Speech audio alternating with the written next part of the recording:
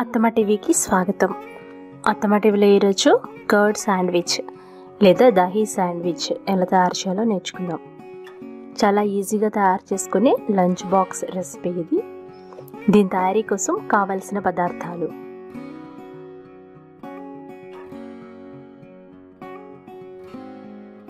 Bread slices 4, పెరుగు 100 ml, cheese slices 2, నెయ్యి 1 table spoon, cut చేసుకున్న ఉల్లిపాయ 1, టమాటా 1, తురిమి పెట్టుకున్న క్యారెట్ 1, క్యాబేజ్ తురిమి పెట్టుకున్నది 2 టేబుల్ స్పూన్లు, కొత్తిమీర కొద్దిగా, పచ్చిమిరపకాయలు 1, చిన్నగా కట్ చేసి పెట్టుకున్న అల్లం 1 టీ స్పూన్, ఉప్పు మీ రుచికి సరిపడా, చిన్నగా కట్ చేసి పెట్టుకున్న వెల్లుల్లిపాయలు 2, జీలకర్ర పొడి 1/2 టీ స్పూన్, జీడిపప్పులు 10. ఇప్పుడు తయారీ విధానం నేర్చుకుందాం. ముందుగా ఒక లోతుగా ఉన్న గిన్నె తీసుకుని అందులో పెరుగు వేసుకోవాలి. తర్వాత రెడీగా కట్ చేసి పెట్టుకున్న కూరగాయ ముక్కలు ఒకదాని తర్వాత ఒకటి అన్నీ వేసుకోవాలి.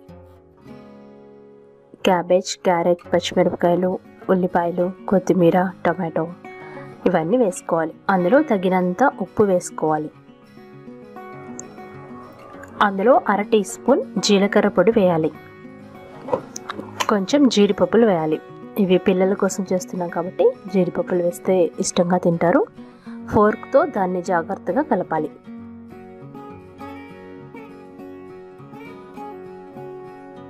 ఈ కూరగాయ ముక్కలు పెరుగుని బాగా పీల్చుకుంటాయి. చక్కగా కలిపి కాసేపు పక్కన పెట్టండి. ఈలోపుగా బ్రెడ్ స్లైసెస్ తీసుకొని దానికి నెయ్యి కానీ బటర్ అంటే వెన్న కానీ 2 వైపులా రాయాలి. మీకు ఎన్ని స్లైసెస్ కావాలనుకుంటే అన్ని ఈ విధంగా తయారు చేసి పెట్టుకోండి.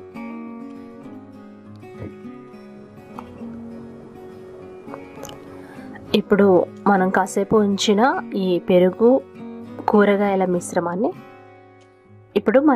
పక్కన పెట్టి ఉంచిన పెరుగు కూరగాయల మిశ్రమాన్ని ఈ బ్రెడ్ స్లైసెస్ మీద చక్కగా పరవాలి.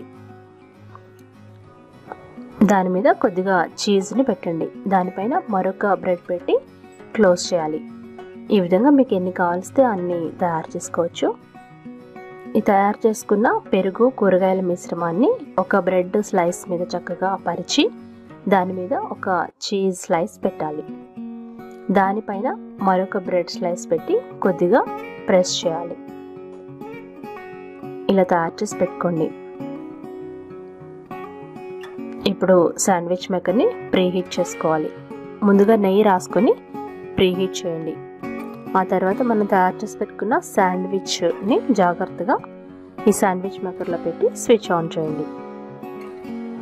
శాండ్విచ్ని జాగ్రత్తగా అమర్చి శాండ్విచ్ మేకర్ని గట్టిగా ప్రెస్ చేసి క్లోజ్ చేయాలి. అప్పుడు గ్రీన్ లైట్ వెలుగుతుంది. గ్రీన్ లైట్ ఆరిపోతే శాండ్విచ్ తయారైపోయినట్టు అర్థం.